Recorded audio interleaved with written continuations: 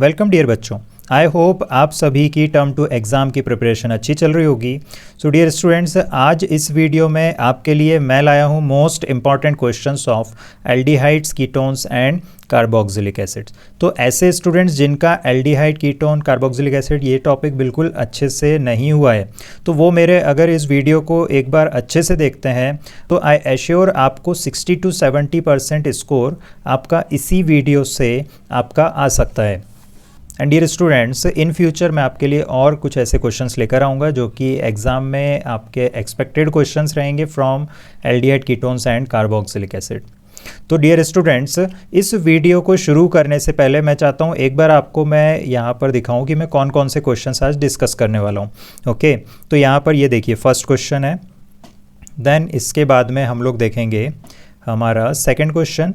Okay dear students, then हम देखेंगे third question, then after this fourth question, okay dear students, then fifth question, then sixth question, then आपका seventh question, then आपका eighth question, then आपका ninth question, then आपका 10th question. So total 10 question हम देखने वाले हैं। Okay dear students, तो चलिए क्वेश्चन नंबर 1 से शुरू करते हैं। ओके, तो क्वेश्चन नंबर 1 की अगर हम बात करें तो 2 मार्क्स का क्वेश्चन है और यहाँ पर 3 पार्ट्स आप देख सकते हो ABC, जिसमें से आपको कोई भी 2 क्वेश्चन अटेम्प्ट करना है। ओके डियर स्टूडेंट्स, तो देखिए फर्स्ट क्वेश्चन के फर्स्ट पार्ट को देखते हैं। तो देखिए यहाँ पर अगर आप ध्यान से देखेंगे तो ये आपका जो रिएक्टेंट है ये आपका एक कीटोन है। ओके डियर स्टूडेंट्स, अब ये कीटोन जो है इसका नाम क्या होता है? एसीटोफिनोन। ओके, अब देखिए ये जो कीटोन है इसको रिएक्ट हम करवा रहे हैं in presence of HCl and zinc amalgam. Okay, तो आप याद करिए आपने 11th में देखा है क्लेमेंसन रिडक्शन। ओके, तो आपने 11th में एक क्लेमेंसन रिडक्शन देखा था और एक देखा था वोल्फ-किश्नर रिडक्शन। ओके, तो देखिए क्लेमेंसन रिडक्शन हो या फिर हो आपका वोल्फ-किश्नर रिडक्शन, इसमें देखिए क्या होता है, आपका जो कार्बोनिल कार्बन होता है इसके जो डबल बॉन्ड ऑक्सीजन रहता है, ऑक्सीजन हटता है वहाँ से और क्या आ जाता है? हाइड्रोजन। ओके, और ये रिएक्शन आपका कीटोन एंड एल्डिहाइड दोनों के साथ में मिलता है। चलिए, तो फिलहाल अगर हम इस पार्ट की बात करें तो हमारे पास में है कीटोन। ओके डियर स्टूडेंट्स, तो डिटेल में देखते हैं। देखिए एल्डिहाइड्स हो या हो आपके कीटोन, ओके, एल्डिहाइड्स हो या फिर हो कीटोन्स, अगर आप इसका क्लेमेंसन रिडक्शन करवा दें, ओके, आप यहाँ पर क्या करवा देंगे? Clemmensen reduction. ओके, तो कैसे पता चलेगा क्लेमेंसन रिडक्शन? तो जिंक एमेल्गम और HCl लिखा होगा और प्रोडक्ट में क्या मिलेगा? हाइड्रोकार्बन। ओके, तो ये हाइड्रोकार्बन हमको प्रोडक्ट में मिल जाता है। तो देखिए ये कार्बोनिल ग्रुप और ऑक्सीजन की जगह पर क्या आ जाएगा? 2 हाइड्रोजन। ओके, तो ये आपको मिल गया आपका हाइड्रोकार्बन। ठीक है, चलिए, तो अब यहाँ पर इस क्वेश्चन की अगर हम बात करें तो देखिए ये आपका phenyl group as it is लिखेंगे और C डबल बॉन्ड O की जगह H2 हो जाएगा और ये CH3, तो इसको क्या बोलोगे? Ethyl benzene. ओके, ये क्या मिल गया हमको? Ethyl benzene. चलिए अब देखते हैं क्वेश्चन नंबर 1 का सेकंड पार्ट। तो देखिए सेकंड पार्ट में रिएक्टेंट क्या है? आपका एल्डिहाइड है और आपको डाइल्यूट NaOH और हीट दिख रहा है। तो देखिए जब भी आपको एल्डिहाइड्स के साथ में डाइल्यूट NaOH और हीट दिख जाए, इसका मतलब यहाँ पर क्या हो रहा है? एल्डोल कंडेंसेशन, क्योंकि हमारा जो एल्डिहाइड है इसके पास में अल्फ़ा हाइड्रोजन प्रेजेंट है। ओके, तो अगर आपको ऐसा कहीं पर भी दिखता है तो डेफिनेटली वहाँ पर क्या हो रहा है? Aldol condensation. तो चलिए स्टूडेंट्स सॉल्व करते हैं। तो देखिए सबसे पहले तो हम क्या करेंगे, हमारा जो मॉलिक्यूल है जो एल्डिहाइड है उसको एज इट इज़ लिखेंगे। ओके डियर स्टूडेंट्स, और हम एक और मॉलिक्यूल, ओके, एक और molecule just below alpha carbon रख देंगे। ओके, जहाँ पर जो दूसरा मॉलिक्यूल है उसका कार्बोनिल ग्रुप, मेरा बात आप बहुत ध्यान से सुनिए, ठीक है, जो कार्बोनिल ग्रुप है वो आपको इस तरह से रखना है कि पहले एल्डिहाइड के जस्ट अल्फ़ा कार्बन के नीचे आएगा। देखिए इस तरह से ये अल्फ़ा कार्बन है, ठीक है, अल्फ़ा कार्बन के जस्ट नीचे ये देखो कार्बोनिल ग्रुप आ गया दूसरे एल्डिहाइड का। ठीक है, तो 2 मॉलिक्यूल है हमारे पास में। ठीक है डियर स्टूडेंट्स, अब देखिए, अब क्योंकि क्वेश्चन में हमको पता है डाइल्यूट NaOH और हीट लिखा है, इसका मतलब एल्डोल कंडेंसेशन होने वाला है। ठीक है डियर स्टूडेंट्स, बट अब मेरी बात बहुत ध्यान से सुनना, मैं आपको एल्डोल कंडेंसेशन प्रोडक्ट तो मैं आपको बताऊंगा, मतलब आपको डाइल्यूट NaOH और हीट वाला प्रोडक्ट तो बताऊंगा, बट यहाँ पर अगर हीट का सिंबल ना बना हो, क्योंकि समटाइम्स ऐसे क्वेश्चन भी आते हैं जहाँ पर हीट का सिंबल नहीं रहता है, तब आपका कौन सा प्रोडक्ट बनेगा वो भी मैं आपको इस क्वेश्चन में बताऊंगा। Okay, so not to worry, सबसे पहले मैं आपको जो क्वेश्चन में पूछा है वही बताने वाला हूँ। मतलब आपको डाइल्यूट NaOH और हीट, मतलब आपको एल्डोल कंडेंसेशन का मैं प्रोडक्ट आपको बताने वाला हूँ।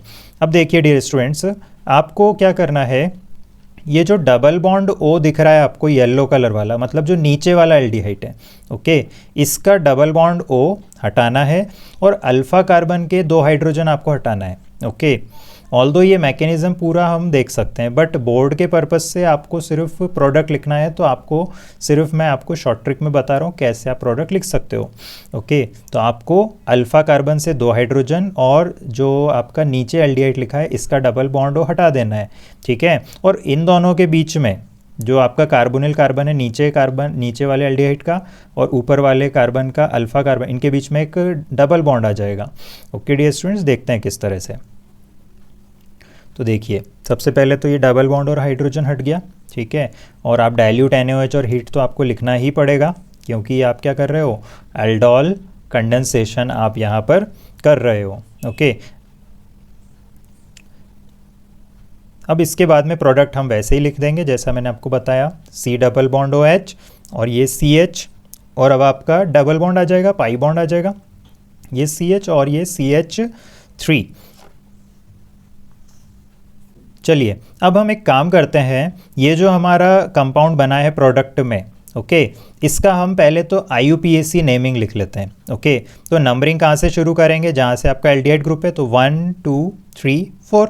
ओके, तो 4 कार्बन है तो ब्यूट आ जाएगा, तो ब्यूट, और सेकंड पोजीशन पे ईन है तो 2 ईन, और 1 पे अल है तो अल, तो ये आपका IUPAC नेमिंग हो गया, ठीक है। अब देखिए ये अल्फ़ा और ये आपका बीटा, ठीक है, तो ये अल्फ़ा बीटा क्या हो गया, अनसैचुरेटेड कंपाउंड आपका प्रोडक्ट में बन चुका है। तो देखिए ये अल्फ़ा बीटा अनसैचुरेटेड के बाद में अब मैंने आपसे जैसा कहा था कि अब मैं सिर्फ डाइल्यूट NaOH के साथ में आपको दिखाऊंगा।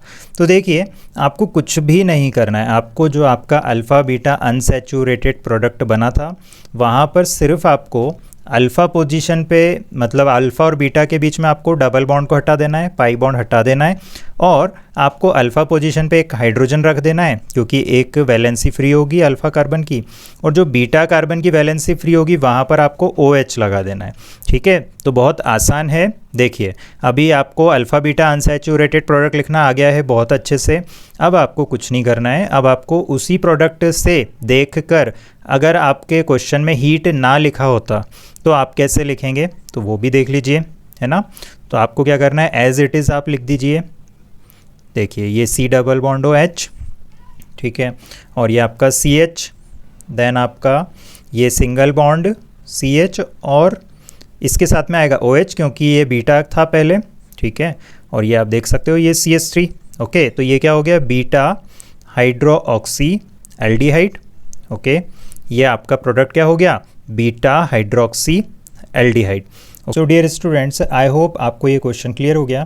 ऑल्दो हमारे क्वेश्चन में क्या था, डाइल्यूट NaOH और हीट, तो हमारा प्रोडक्ट क्या होगा, ब्यूट 2 इनल होगा। ओके, तो चलिए इसी को यहाँ पर लिख देते हैं, but 2 enal. Okay, and then इसका स्ट्रक्चर कैसा होगा, तो देखिए CH3 CH double bond CH and CHO। Okay dear students, अब देखते हैं क्वेश्चन नंबर 1 का C पार्ट। तो देखिए यहाँ पर क्या है, C डबल बॉन्ड हो और आपको NaHSO3 के साथ में इसका रिएक्शन करवाना है। चलिए तो देखते हैं इसको डिटेल में। तो देखिए ये है आपका C डबल बॉन्ड O, मतलब एल्डिहाइड या फिर कीटोन हो सकता है, और रिएक्ट किसके साथ हो रहा है, NaHSO3 के साथ में। तो देखिए यहाँ पर ये जो एल्डिहाइड या कीटोन है हमारा, इसके साथ में यहाँ पर ये NaHSO3 जिसको हम सोडियम हाइड्रोजन सल्फाइड या फिर सोडियम बाइसल्फाइड बोलते हैं। ओके डियर स्टूडेंट्स, तो ये यहाँ पर न्यूक्लियोफिलिक एडिशन रिएक्शन शो करता है इसके साथ में, और फाइनली आपको एक क्रिस्टलाइन प्रोडक्ट मिलता है, या प्रेसिपिटेट के फॉर्म में एक क्रिस्टलाइन कंपाउंड मिल जाता है। सो फाइनली आपको एक क्रिस्टलाइन कंपाउंड आपको प्रोडक्ट में मिलता है, विच कन्फर्म्स कि यहाँ पर जो रिएक्टेंट था उसके पास में कार्बोनाइल ग्रुप था। ओके, चलिए अब देखिए ये जो रिएक्शन है कार्बोनिल ग्रुप में भी कौन से कंपाउंड दे सकते हैं। तो देखिए एल्डिहाइड, सारे एल्डिहाइड दे देते हैं, बट कीटोन में सभी कीटोन ये रिएक्शन नहीं देते हैं। कीटोन में सिर्फ जो मीथाइल कीटोन्स होते हैं, ओके, वो यहाँ पर इस रिएक्शन को देते हैं। ठीक है, तो चलिए अब देखते हैं डिटेल में। तो सबसे पहले NaHSO3 को क्या बोलते हैं हम? Sodium hydrogen sulphide. क्या बोलते हैं? Sodium hydrogen sulphide, NaHSO3। या फिर हम इसको क्या बोलते हैं? या फिर हम इसको बोलते हैं sodium bi sulphide. Okay dear students, sodium bi sulphide. Okay, और यहाँ पर ये जो प्रोडक्ट होता है ये यहाँ पर क्या मिल जाता है? ये आपको मिल जाता है एक intermediate OSO2H and ONA। Okay dear students, अब देखिए यहाँ पर ये अनस्टेबल होता है और प्रोटॉन यहाँ पर ट्रांसफ़र होता है, तो Na और H अपनी पोजीशन को एक्सचेंज कर लेते हैं एक तरीके से। ठीक है, तो ये OSO2Na, ओके, और आपको OH, और यही है आपका क्रिस्टलाइन प्रोडक्ट। ओके, यही है आपका क्रिस्टलाइन प्रोडक्ट। अब देखिए यहाँ पर ये जो क्रिस्टलाइन प्रोडक्ट है, अगर इसको हम डाइल्यूट मिनरल एसिड या फिर अल्कली में ले जाएं तो वापस से आपको आपका कार्बोनिल कंपाउंड मिल जाता है। ठीक है, तो ये जो आपका क्रिस्टलाइन कंपाउंड है ये वाटर सॉल्युबल होता है। अब हम प्रोडक्ट में लिख देंगे इसी क्रिस्टलाइन कंपाउंड को, क्योंकि यही हमारा फाइनल आंसर है, OSO2Na एंड OH। देखते हैं क्वेश्चन नंबर 2 का फर्स्ट पार्ट। तो देखिए सेकंड क्वेश्चन के फर्स्ट पार्ट में क्या पूछ रहा है, हमको अरेंज करना है increasing order of boiling point में। ओके, और यहाँ पर देखते हैं कौन कौन से कंपाउंड्स हैं। तो देखिए पहला है CH3CHO, मतलब एक एल्डिहाइड है। देन CH3CH2OH है, जो कि आपका एक अल्कोहल है। देन आपका CH3OCH3 है, मीन्स यहाँ पर ये ईथर है। और लास्ट वाला आप क्लियरली देख सकते हो आपका प्रोपेन है, मतलब एक सिंपल हाइड्रोकार्बन है, अल्केन है। ठीक है, चलिए अब सभी के मॉलिक्यूलर वेट देख लेते हैं। तो देखिए ये है आपका एसिटाल्डिहाइड, इसका है 44। देन आपका इथेनॉल का है 46। देन आप देख सकते हो ईथर, इसका भी 46। एंड लास्ट में हाइड्रोकार्बन है, इसका भी मॉलिक्यूलर वेट कितना है? ये है आपका 46। ओके, तो पहला कंपाउंड है आपका एल्डिहाइड। ओके, इसको मेंशन कर देते हैं। देन आपका है अल्कोहल, देन आपका है ईथर, देन आपका है हाइड्रोकार्बन। चलिए अब आपको समझ में आएगा मैं यहाँ पर क्यों बता रहा हूँ ये किस कैटेगरी के कंपाउंड है। तो देखिए जो बॉइलिंग पॉइंट का ऑर्डर होता है वो क्या होता है? हाइड्रोकार्बन का सबसे कम, देन आपका ईथर का होता है, ओके, देन आपका एल्डिहाइड का होता है। ठीक है, ये सब हम कंपेरेबल मॉलिक्यूलर मास वालों के लिए लिख रहे हैं। देन आपका कीटोन का होता है, देन आपका अल्कोहल का होता है, देन आपका कार्बोऑक्सिलिक एसिड्स का होता है। ओके, तो जब आपके मॉलिक्यूलर मास क्या होंगे? कंपेरेबल होंगे, मतलब आसपास होंगे, तब आपको ये ऑर्डर यहाँ पर आता है। ओके, सबसे कम किसका है? हाइड्रोकार्बन का, बिकॉज यहाँ पर इंटरमॉलिक्यूलर फोर्सेस काफ़ी कम होते हैं। और कार्बोऑक्सिलिक एसिड में तो क्या होती है? हाइड्रोजन बॉन्डिंग प्रेजेंट होती है। ठीक है, अल्कोहल में भी प्रेजेंट होती है, बट यहाँ पर जो लेवल ऑफ हाइड्रोजन बॉन्डिंग है वो किस में ज़्यादा होता है? कार्बोऑक्सिलिक एसिड में। ओके, तो ये ऑर्डर आपको याद रख लेना है। ओके डियर स्टूडेंट्स, अब यहाँ पर अगर हम क्वेश्चन में देखें तो क्वेश्चन में हम अगर इन सभी को A, B और C, D लिख दें तो यहाँ पर आपका ऑर्डर क्या हो जाएगा? D सबसे कम, क्योंकि हाइड्रोकार्बन है। देन आपका ईथर है C, देन आपका एल्डिहाइड है A, एंड देन B है आपका अल्कोहल। ओके डियर स्टूडेंट्स, चलिए अब फटाफट से क्वेश्चन नंबर 2 का बी पार्ट देख लेते हैं। तो देखिए यहाँ पर जो फर्स्ट पार्ट है बी क्वेश्चन का, इसमें आपको एसिडिक नेचर को कंपेयर करना है जो दोनों कंपाउंड दे रखे हैं। तो CH2FCO2H and CH2Cl CO2H। Okay dear students, तो चलिए सबसे पहले तो CH2FCO2H, okay dear students, and CH2Cl CO2H। तो यहाँ पर इनके अगर हम फॉर्मूले को लिखें अच्छे से क्लियरली तो देखिए C double bond OH and यहाँ पर क्या है? ये CH2 और F, और दूसरे कंपाउंड में जहाँ पर फर्स्ट में फ्लोरीन है वहाँ पर क्या है? क्लोरीन है। ओके, अब बताइए आप -I ऑर्डर किसका ज़्यादा है? Inductive effect, negative inductive effect किसका ज़्यादा है? तो फ्लोरीन का ज़्यादा है। ओके, तो फ्लोरीन का क्लोरीन से ज़्यादा है। और अगर आपको पता होगा कि -I या नेगेटिव I इफेक्ट या फिर इलेक्ट्रॉन विड्रॉइंग ग्रुप्स अगर प्रेजेंट होंगे तो एसिडिक नेचर को क्या करेंगे? एसिडिक नेचर को ये इंक्रीज कर देंगे। ओके, इसका मतलब ये जो फ्लोरीन वाला कंपाउंड है ये मोर एसिडिक है। ओके डियर स्टूडेंट्स, तो देखिए फर्स्ट का आंसर क्या होगा? ये हो जाएगा। देखिए अब हम देखते हैं इसके बाद में सेकेंड पार्ट। चलिए सेकेंड पार्ट के स्ट्रक्चर को ड्रॉ करते हैं। देखिए CH2F एंड आपका ये CH2COOH। ओके, अब देखिए जो दूसरा कंपाउंड है उसमें पोजीशन ऑफ फ्लोरीन चेंज हो रही है। ओके, तो ये जो फ्लोरीन है ये सेकेंड कार्बन पे है कॉर्नर से। अब देखिए ये जो फ्लोरीन है सेकेंड कंपाउंड का ये ज़्यादा क्लोज है टू COOH। ओके, और अगर ज़्यादा क्लोज है इसका मतलब ये एसिडिक नेचर ज़्यादा बढ़ाएगा, क्योंकि अभी हमने देखा था कि इलेक्ट्रॉन विड्रॉइंग ग्रुप्स क्या करते हैं, एसिडिक नेचर को इंक्रीज कर देते हैं। तो फ्लोरीन तो है दोनों में, बट क्लोज कहाँ पर है, तो क्लोज है हमारे सेकंड वाले में। ओके, तो जिसमें फ्लोरीन ज़्यादा क्लोज है वही हमारा ज़्यादा एसिडिक होगा। ओके डियर स्टूडेंट्स, तो यहाँ पर हम मार्क कर देते हैं आंसर को, तो ये देख सकते हो आप।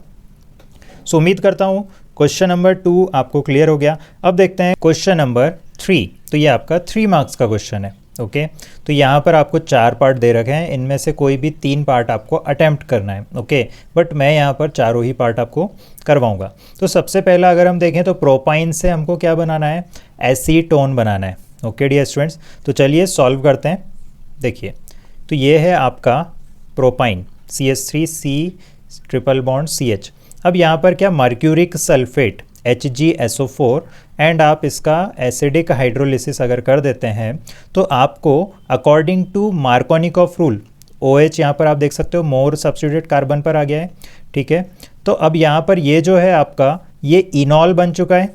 ओके, ध्यान से देखिए ये डबल बॉन्ड मतलब इन और OH मतलब ऑल।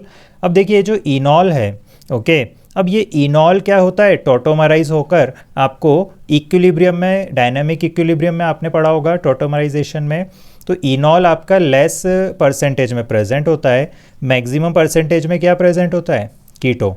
ओके, तो देखिए ये आप देख सकते हो मैक्सिमम परसेंटेज में क्या है आपका कीटो फॉर्म। तो कीटो फॉर्म आपका अगर आप बनाओगे टोटोमराइजेशन के बाद में तो आपको क्या मिलेगा, आपको मिलेगा एसीटोन।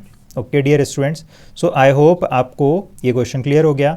ये देखिए आपका एसीटोन यहाँ पर बन गया है। ठीक है, अब देखते हैं हमारे सेकंड पार्ट को। ओके, थर्ड क्वेश्चन के सेकंड पार्ट को।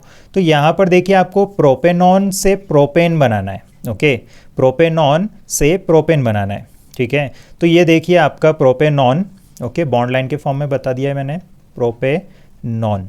ओके, अब देखिए अगर आपको यहाँ पर इसमें हाइड्रोजन लगाना है, ओके, क्योंकि ये आपका प्रोपेन बन गया, प्रोपेन बन गया मतलब आप डबल बॉन्ड O को हटाकर वहाँ पर 2 हाइड्रोजन लगाएंगे तभी ऐसा पॉसिबल है। तो ये आप याद करिए, अभी मैंने आपको फर्स्ट क्वेश्चन में भी बताया था, याद करिए आप 11th में आपने देखा है Clemmensen reduction and Wolff-Kishner reduction. Okay, तो आप किसी भी मेथड से आप इसको कर सकते हैं, आप चाहें तो क्लेमेंसन रिडक्शन करवा सकते हैं यहाँ पर। ओके, क्लेमेंसन रिडक्शन, या फिर आप क्या करवा सकते हैं, वोल्फ-किश्नर रिडक्शन इसका करवा सकते हैं। अब देखिए वोल्फ-किश्नर में रिएजेंट क्या होता है, तो हाइड्राजीन NH2 एंड यहाँ पर बेसिक मीडियम रखते हो आप और हीट कर देते हो। ओके, वहीं पर क्लेमेंसन में आप क्या लेते हो, zinc एमेलगम। Okay, zinc एमेलगम HCl and आप इसको हीट कर देते हो। तो इन आइदर केस आप देख सकते हो यहाँ पर प्रोडक्ट आपका क्या मिल गया है, propane. Okay, so I hope ये पार्ट आपको क्लियर हो गया।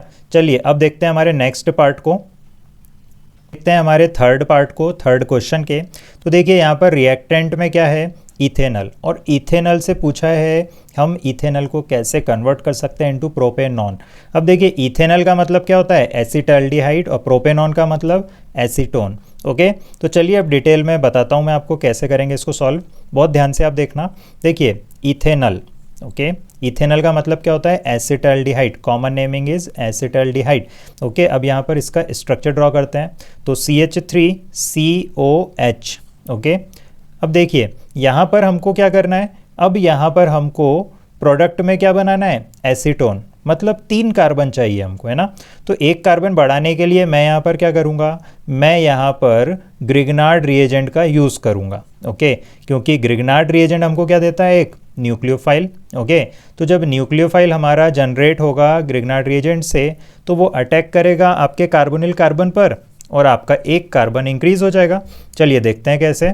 ये देखिए यहाँ पर मैं ग्रिग्नार्ड रिएजेंट ले लेता हूँ, CH3MgBr।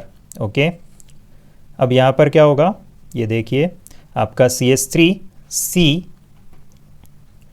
और यहाँ पर OMgBr आ जाएगा। ओके, एंड देन कार्बन के साथ में ये देखिए आप एक नया मिथाइल ग्रुप आ चुका है।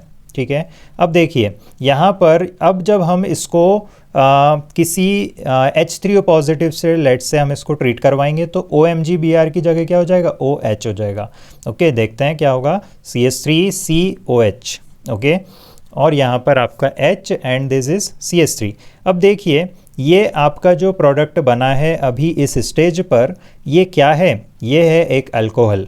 ओके, ये क्या है, एक अल्कोहल। ओके, अब देखिए इस अल्कोहल को ध्यान से देखिए। ओके, इस अल्कोहल को अगर हम ऑक्सीडाइज कर दें तो हमको क्या मिल जाएगा, कीटोन।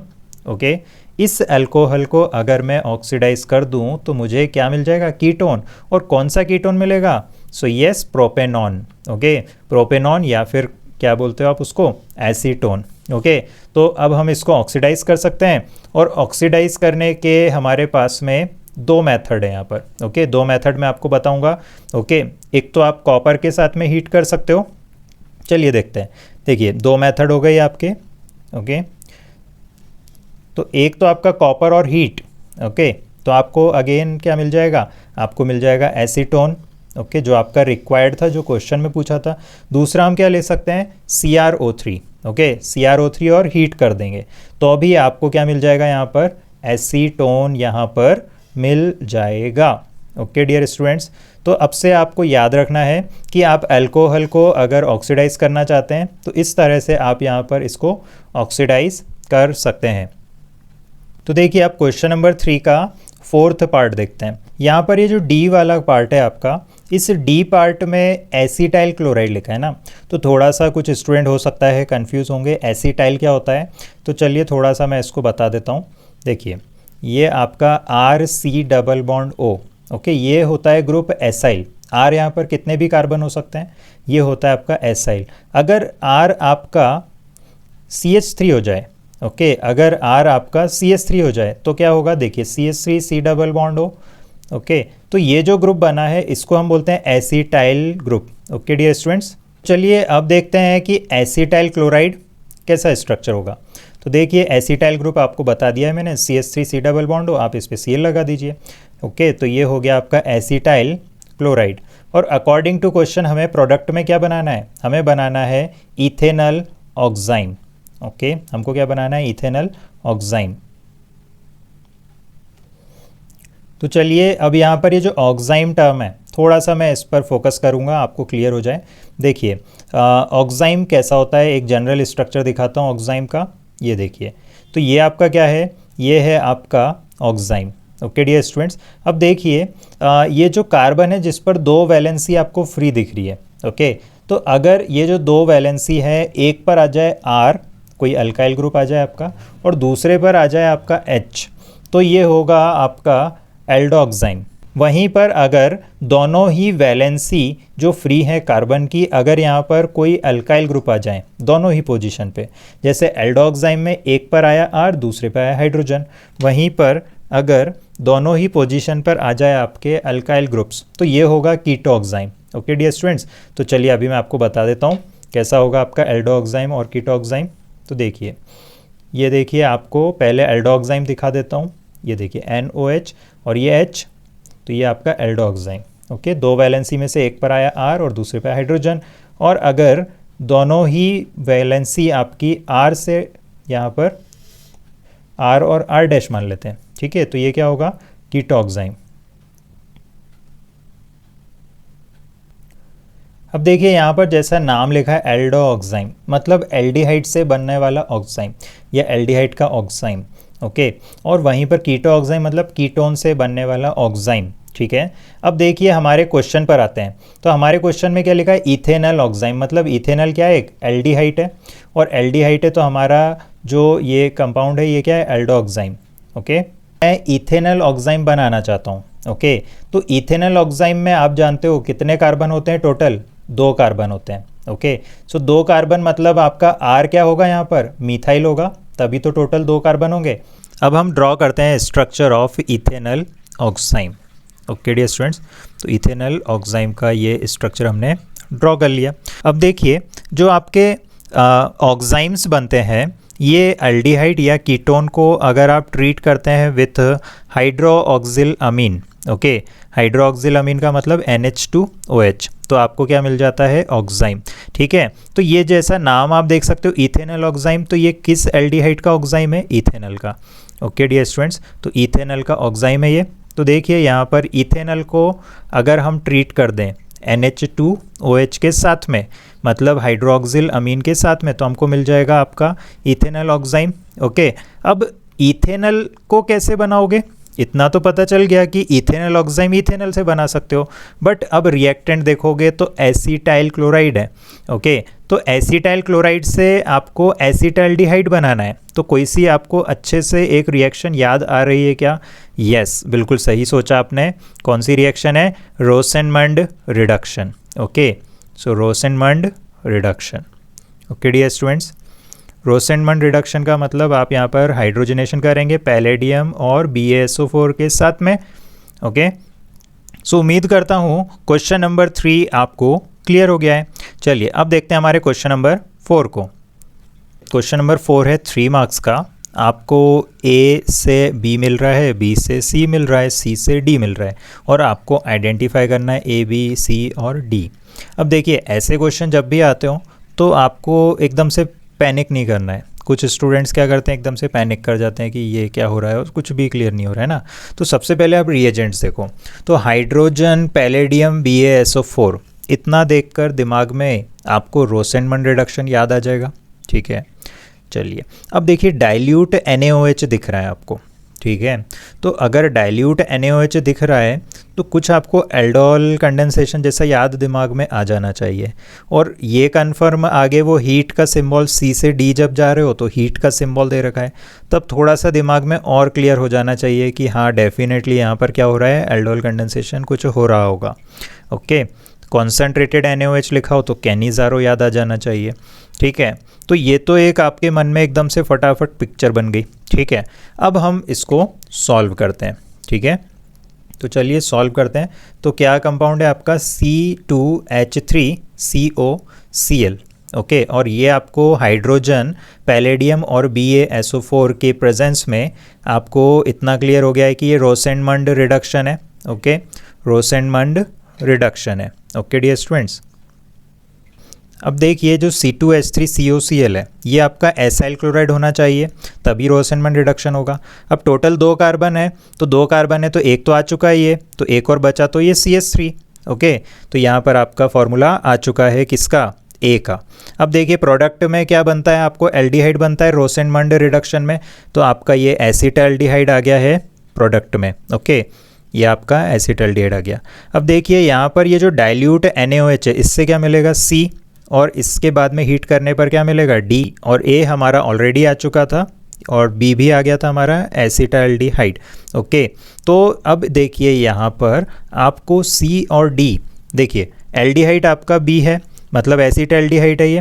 तो अगर आप इसको डाइल्यूट NaOH के साथ में ट्रीट करते हो तो अभी थोड़ी देर पहले मैंने आपको बताया था कि बीटा हाइड्रोक्सी कंपाउंड बनेगा, और उसको हीट करोगे तो D आ जाएगा आपका अल्फ़ा बीटा अनसैचुरेटेड कंपाउंड।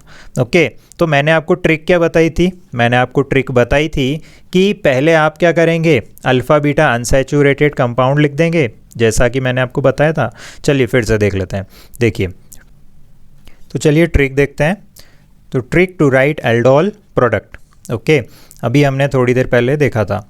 देखिए सबसे पहले आप क्या करोगे, यहाँ पर आप मॉलिक्यूल ऑफ एल्डिहाइड लिखोगे। Okay, CH3C double bond OH।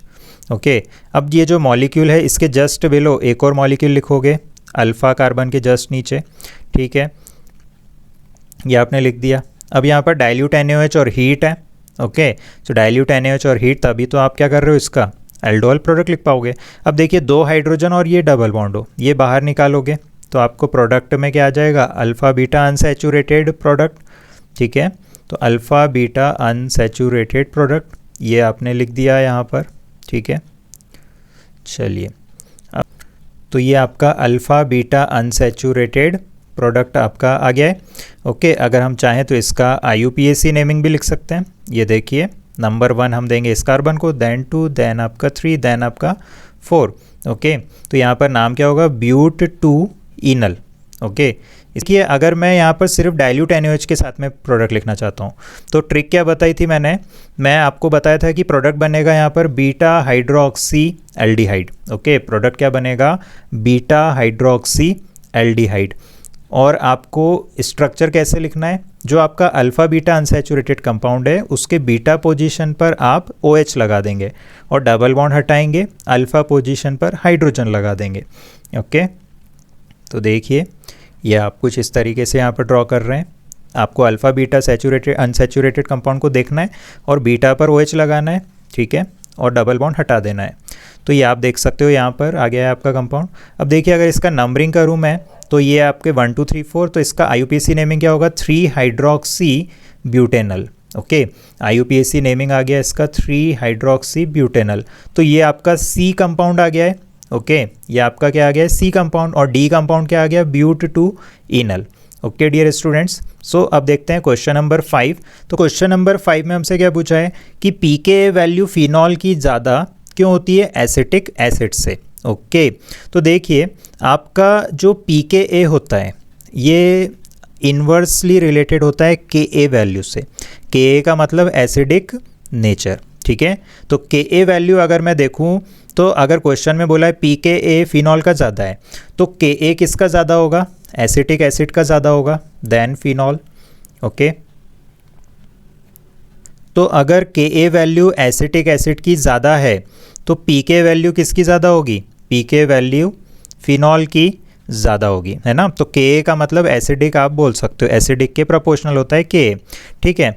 अब अगर मैं यहाँ पर इनका रिएक्शन देखूँ जब ये H पॉजिटिव लूज़ करते हैं तो, ठीक है, तो acetic acid on releasing H positive आपको कॉन्जुगेट बेस एसीटेट आयन देता है और फिनॉल आपको फिनॉक्साइड आयन दे देता है। ओके, फिनॉल आपको फिनॉक्साइड आयन दे देता है, ठीक है। अब देखिए ये जो कॉन्जुगेट बेस बन रहे हैं दोनों के, इसमें कौन ज़्यादा स्टेबल है, इसमें आपका एसीटेट आयन ज़्यादा स्टेबल है। ओके, अब ऐसा क्यों हो रहा है, क्योंकि जो एसीटेट आयन है, okay, because in acetate ion जो आपका नेगेटिव चार्ज है, नेगेटिव चार्ज डीलोकेलाइज हो रहा है between highly electronegative oxygen atoms, ये देखिए आप, ठीक है। तो यहाँ पर जो इसके रेजोनेटिंग स्ट्रक्चर्स हैं ये काफ़ी ज़्यादा स्टेबल है देन फिनॉक्साइड आयन।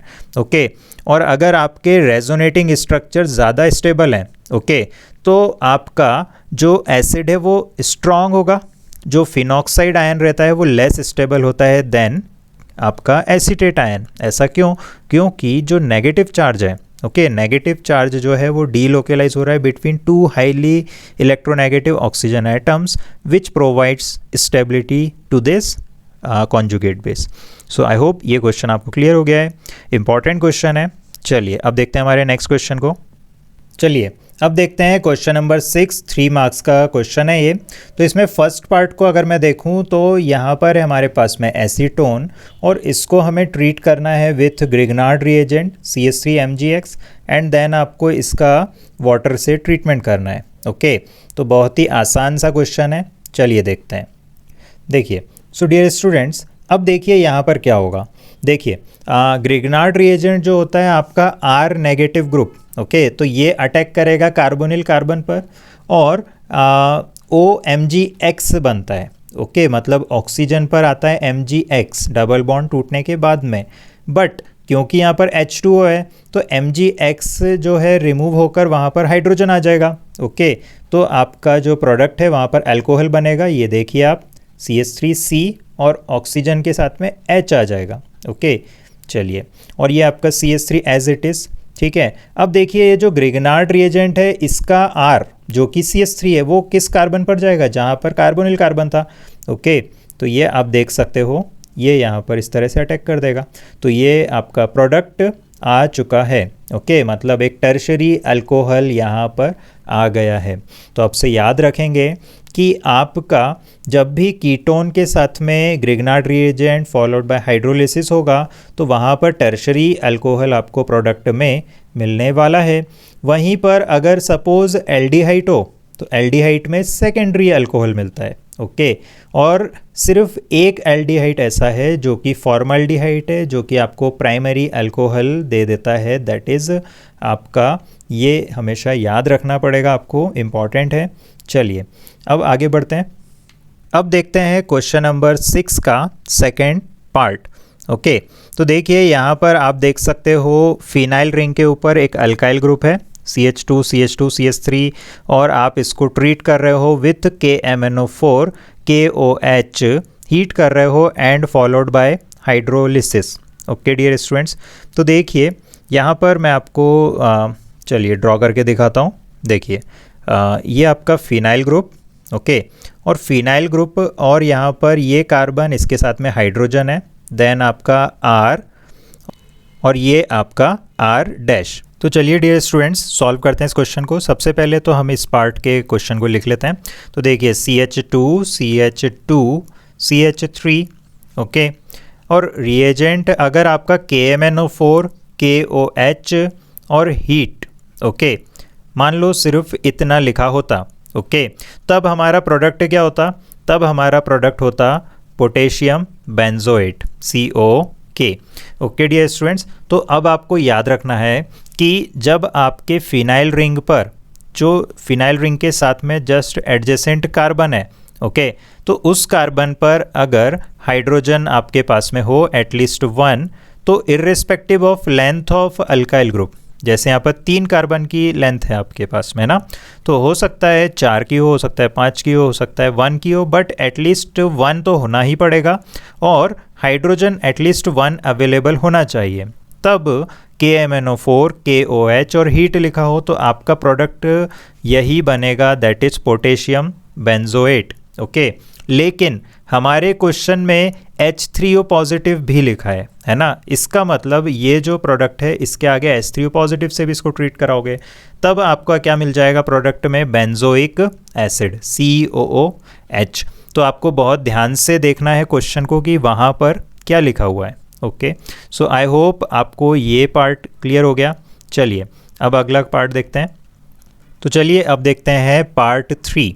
तो देखिए पार्ट 3 में हमारे पास में रिएक्टेंट में क्या है? एक नाइट्राइल कंपाउंड है, और आप इसको ट्रीट कर रहे हो विथ डाइबल H, है ना। डाइबल H क्या होता है?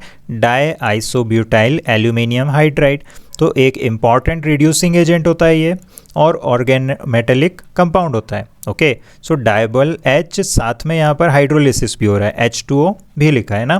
तो आप याद रखें जब नाइट्राइल कंपाउंड्स को डाइबल H और H2O, ओके, इसके साथ में ट्रीट करते हैं तो आपका जो CN है वो कन्वर्ट हो जाता है इनटू CHO। चलिए देखते हैं कैसे। देख लीजिए फॉर एग्जांपल RCN, ये आपका नाइट्राइल है, तो ये डाइबल H और हाइड्रोलिसिस। ओके, अगर आपने ये करवाया है नाइट्राइल कंपाउंड के साथ में तो आपको मिल जाएगा एल्डिहाइड RCOH। ओके, तो ये आपका एक एल्डिहाइड यहाँ पर मिल गया है। ठीक है, अब हम आते हैं हमारे क्वेश्चन पर। तो क्वेश्चन में आपका क्या स्ट्रक्चर था? CH3CH double bond CH single bond CH2CN। Okay, तो ये डाइबल H और H2O के साथ में आप ट्रीट कर रहे हो। ओके, तो सिंपली आपको क्या करना है? CN की जगह पर CHO आ जाएगा प्रोडक्ट में। बहुत आसान हो गया आपके लिए। ठीक है, तो बस आपका आंसर आ चुका है। ओके डियर स्टूडेंट्स, तो चलिए अब देखते हैं क्वेश्चन नंबर 7। तो 3 मार्क्स का क्वेश्चन है, 3 पार्ट्स हैं इसमें। सबसे पहले देखते हैं ए पार्ट को। तो देखिए ए पार्ट में क्या हो रहा है? बेंजीन, और बेंजीन के साथ में हमारे पास में रिएक्शन हो रहा है बेंजोइल क्लोराइड का, C6H5C double bond OCl। Okay, और यहाँ पर किसकी प्रेजेंस में हो रहा है? ये एनहाइड्रस AlCl3 की प्रेजेंस में हो रहा है। ओके, तो ये जब आपको कोई भी कंपाउंड, जैसे सपोज यहाँ पर ये एसाइल क्लोराइड है और एनहाइड्रस AlCl3 जब साथ में दिखता हो तो आपको क्या याद आता है? आपको याद आ जाना चाहिए Friedel Crafts acylation reaction. Okay, तो चलिए सॉल्व करते हैं इस क्वेश्चन को। देखिए सबसे पहले बेंजीन, जैसा आपके क्वेश्चन में गिवन है, अगर एक जनरल में फार्मूला लिखूँ एसाइल क्लोराइड का तो RC डबल बॉन्ड OCl, तो एनहाइड्रस AlCl3। ओके, इसका मतलब क्या हो गया आपका? Friedel Crafts acylation. ओके, तो प्रोडक्ट में आपको क्या मिल जाएगा? प्रोडक्ट में आपको मिल जाएगा C double bond O R। Okay, क्या मिल जाएगा? C double bond O R। अब हम कंपेयर करते हैं हमारे गिवन क्वेश्चन से। तो इसमें R ग्रुप क्या है? तो ये रहा आपका R ग्रुप। ओके, ठीक है। तो अब बस हम यहाँ पर जो हमारा बेंजोइल क्लोराइड है, ओके, बेंजोइल क्लोराइड जो हमारा है, ठीक है, या फिर हम इसको शॉर्ट में कैसे लिख सकते हैं? PH C double bond O Cl। Okay, तो चलिए अब हम यहाँ पर लिखते हैं प्रोडक्ट फ्रीडल क्राफ्ट एसाइलेशन का। तो ये आपका phenyl C double bond O और आपका ये PH, तो ये आपका एक और फिनाइल ग्रुप हो गया। ठीक है, तो ये जो कंपाउंड है इसको हम क्या बोलते हैं? बेंजोफिनॉन। क्या बोलते हैं? बेंजोफिनॉन। सो उम्मीद करता हूँ ये पार्ट आपको क्लियर हो गया। चलिए अब देखते हैं अगला पार्ट। तो देखिए यहाँ पर 7th क्वेश्चन का बी पार्ट है ना। तो 7th क्वेश्चन का बी पार्ट आपका प्रोपाइन से आपको मर्क्यूरिक आयन है, ओके, और H2SO4 है। तो अभी थोड़ी देर पहले हम लोगों ने इस टाइप के क्वेश्चन को सॉल्व करा था। तो आप याद करिए, वहाँ पर पहले इनॉल बना था, देन आपका टॉटोमराइजेशन होने के बाद में क्या बन गया था? कीटोन।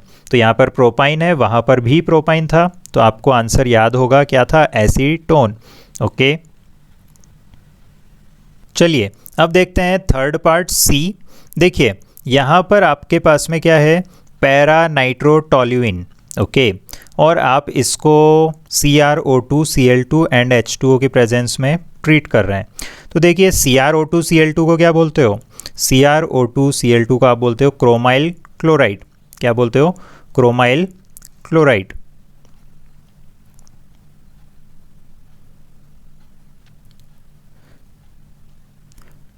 अब देखिए जब भी आप कहीं पर टोल्यूइन और क्रोमाइल क्लोराइड को साथ में देखें तो आपको एक नेम रिएक्शन है, याद आ जाना चाहिए, Etard reaction. Okay, Etard reaction.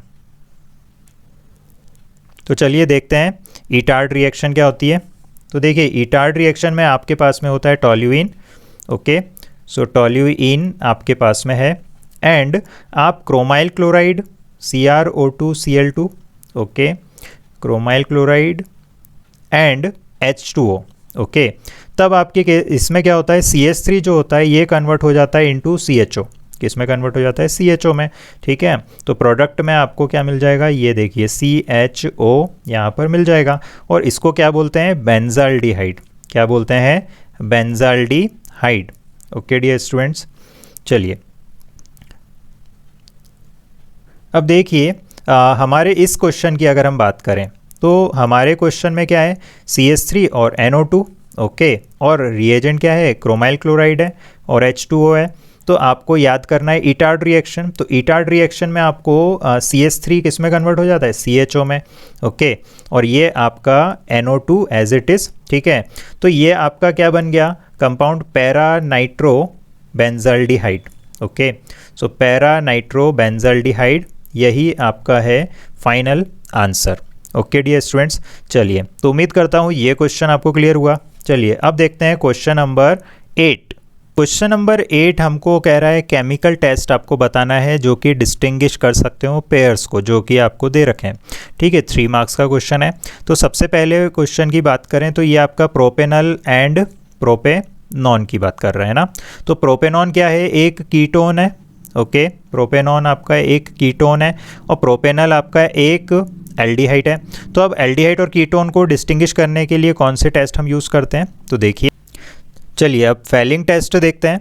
तो देखिए फेलिंग टेस्ट आपका एल्डिहाइड्स और कीटोन दोनों के लिए देखते हैं, एल्डिहाइड्स एंड कीटोन्स के लिए देखते हैं। तो देखिए कीटोन ये टेस्ट नहीं देते हैं बट एल्डिहाइड दे देते हैं, बट कुछ एक्सेप्शन के साथ। जैसे एक्सेप्शन में क्या होता है यहाँ पर? आपका एरोमेटिक एल्डिहाइड।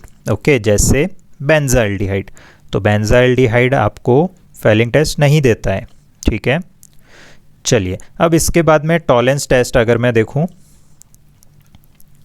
टॉलेंस टेस्ट दोनों के लिए, एल्डिहाइड्स एंड कीटोन्स के लिए।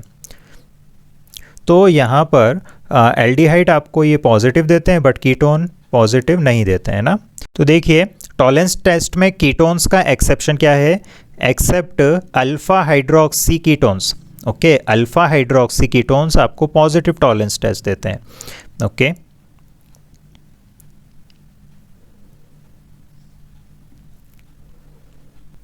चलिए अब देखते हैं शिफ्ट्स टेस्ट। तो ये जो शिफ्ट्स टेस्ट होता है ये एक ओल्ड मेथड है, तो इसमें भी हम एल्डिहाइड्स और कीटोन्स के लिए चेक कर सकते हैं। तो देखिए यहाँ पर ये जो होता है एल्डिहाइड के लिए पॉजिटिव और कीटोन के लिए नेगेटिव देता है। तो ये कैसा मेथड है? ओल्ड मेथड है, करेंटली यूज़ नहीं होता है फ्रीक्वेंटली। तो यहाँ पर अगर हम 8th के फर्स्ट पार्ट को देखें तो प्रोपेनॉल आपका एल्डिहाइड है और प्रोपेनॉन आपका कीटोन है। तो अगर मैं यहाँ पर टॉलरेंस टेस्ट कर दूँ, ओके, तो कीटोन तो आपको टॉलरेंस टेस्ट नहीं देगा, बट एल्डिहाइड आपको टॉलरेंस टेस्ट दे देगा, है ना। तो यहाँ पर होता क्या है, सिल्वर मिरर फॉर्म हो जाता है ना, और आपका एल्डिहाइड क्या होता है, ऑक्सीडाइज हो जाता है। ओके, सो उम्मीद करता हूँ रिएक्शन आप लिख लेंगे यहाँ पर टॉलरेंस टेस्ट के लिए। ओके, क्या होगा, CH3CH2CHO, ये आपका प्रोपेनल है, प्रोपेनल आपका कन्वर्ट हो जाएगा इनटू प्रोपेनोएट आयन में, और आपका सिल्वर मिरर फॉर्म हो जाएगा जो आपकी टेस्ट ट्यूब होती है अगर एक्सपेरिमेंट करोगे इन लेबोरेटरी। ठीक है, चलिए अब देखते हैं सेकंड पार्ट को। तो देखिए सेकंड पार्ट आपका क्या बोल रहा है, आपको टेस्ट करना है to distinguish pentan 2 one and pentan 3 one. अब देखिए यहाँ पर ये दोनों ही क्या है, ये दोनों ही आपके कीटोन है। ओके, पेंटेन 2 ऑन में ये भी आप देख सकते हो, दोनों ही आपके क्या है, कीटोन। तो चलिए सबसे पहले ड्रॉ करते हैं स्ट्रक्चर। तो ये रहा आपका pentane 2 on. Okay, pentane 2 on. अब ड्रॉ करते हैं पेंटेन 3 ऑन का structure, pentane 3 on.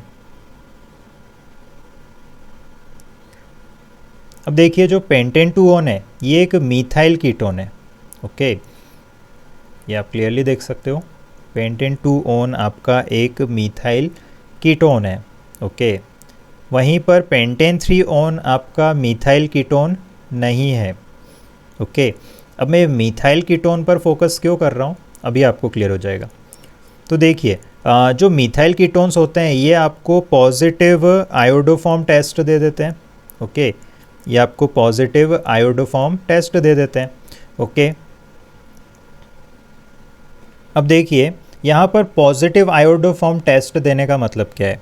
Okay, positive iodoform test देने का मतलब जब हम इस मीथाइल कीटोन को ट्रीट करेंगे with iodine and NaOH, I2 and NaOH। Okay, तो ये जो कंपाउंड हैं ये आपके प्रोडक्ट में क्या दे देगा, आयोडोफॉर्म, मतलब CHI3, मतलब येलो कलर के प्रेसिपिटेट ऑफ आयोडोफॉर्म। आयोडोफॉर्म का मतलब CHI3। तो चलिए अब देखते हैं 8th क्वेश्चन का थर्ड पार्ट। तो यहाँ पर क्या है, इथेनॉल और प्रोपेनॉल दोनों ही एल्डिहाइड हैं। तो चलिए ड्रॉ करते हैं structure of ethanol and propanol. ये आपका इथेनॉल, देन आपका ये है प्रोपेनॉल।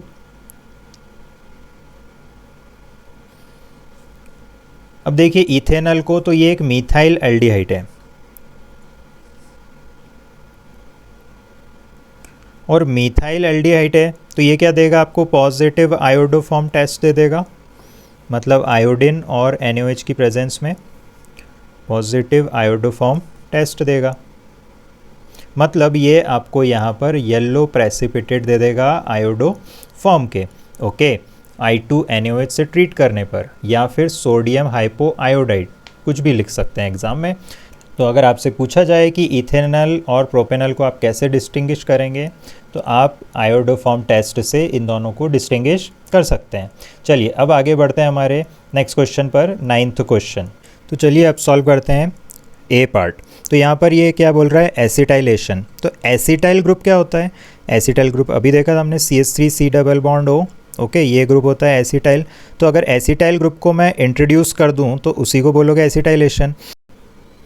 तो देखिए फॉर एग्जांपल बेंजीन रिंग में अगर मैं एसिटाइलेशन करवाना चाहता हूँ तो मैं एसिटाइल क्लोराइड ले लूँगा, CH3C double bond O Cl। Okay, ये आपने देखा था फ्रीडल क्राफ्ट एसाइलेशन में होता था। ओके, एनहाइड्रस AlCl3 ले लूँगा। ओके, तो यहाँ पर एसिटाइलेशन हो गया है, that is introduction of acetyl group. Okay, और इस कंपाउंड को क्या बोलते हैं, एसीटोफिनॉन। ओके, इस कंपाउंड को हम क्या बोलते हैं, एसीटोफिनॉन। चलिए अब देखते हैं सेकंड पार्ट, कैनिज़ारो रिएक्शन के बारे में क्या होता है। तो देखिए ये एल्डिहाइड्स देते हैं, मतलब Cannizzaro reaction is given by aldehydes. Okay, चलिए अब डिटेल में देखते हैं। तो देखिए एल्डिहाइड्स, ऐसे एल्डिहाइड जिनके पास अल्फ़ा हाइड्रोजन ना हो, which don't have alpha hydrogen. Okay, ऐसे एल्डिहाइड जिनके पास अल्फ़ा हाइड्रोजन ना हो, अगर आप उनको concentrated NaOH, okay, concentrated base और हीट कर देंगे, ओके, तो आपको डिसप्रपोर्शनेशन रिएक्शन मिलेगी। ओके,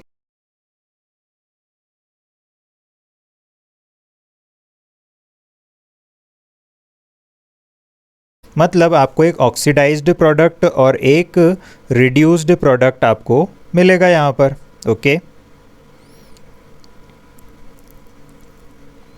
फॉर एग्जाम्पल अगर मैं बेंज़ल्डिहाइड से समझाऊँ आपको, ठीक है, तो बेंज़ल्डिहाइड में अल्फ़ा हाइड्रोजन नहीं होता है क्योंकि अल्फ़ा कार्बन पर कोई भी हाइड्रोजन नहीं है। देख सकते हो ये अल्फ़ा कार्बन, इस पर हाइड्रोजन नहीं है। तो अब देखिए यहाँ पर ये जो बेंज़ल्डिहाइड है, अगर मैं कॉन्सेंट्रेटेड बेस OH नेगेटिव और हीट कर दूँ, तो यहाँ पर एक ऑक्सीडाइज्ड प्रोडक्ट और एक रेड्यूस प्रोडक्ट मिल जाएगा। तो बेंजोएट आयन आपका ऑक्सीडाइज्ड प्रोडक्ट मिल जाता है यहाँ पर, और आपका CH2OH मतलब आपका बेंजाइल अल्कोहल यहाँ पर रिड्यूस्ड प्रोडक्ट मिल जाता है। ओके, तो ये आप देख सकते हो, ये आपका रिड्यूस्ड प्रोडक्ट है बेंजाइल अल्कोहल, और ये आपका बेंजोएट आयन ऑक्सीडाइज्ड प्रोडक्ट है।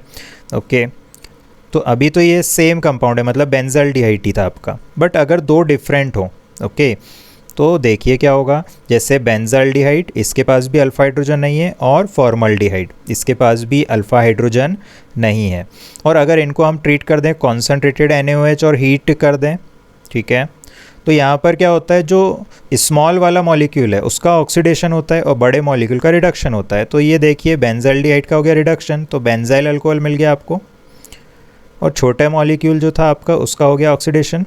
तो ये देखिए आप HCOONA, ओके, ये आपका मिल गया।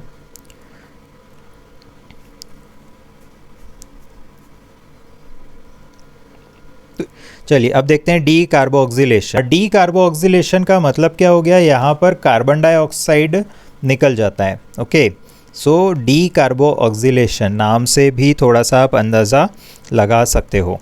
चलिए अब देखते हैं डिटेल में। तो देखिए जो sodium salt of carboxylic acids होते हैं, okay, sodium salts of carboxylic acids, okay,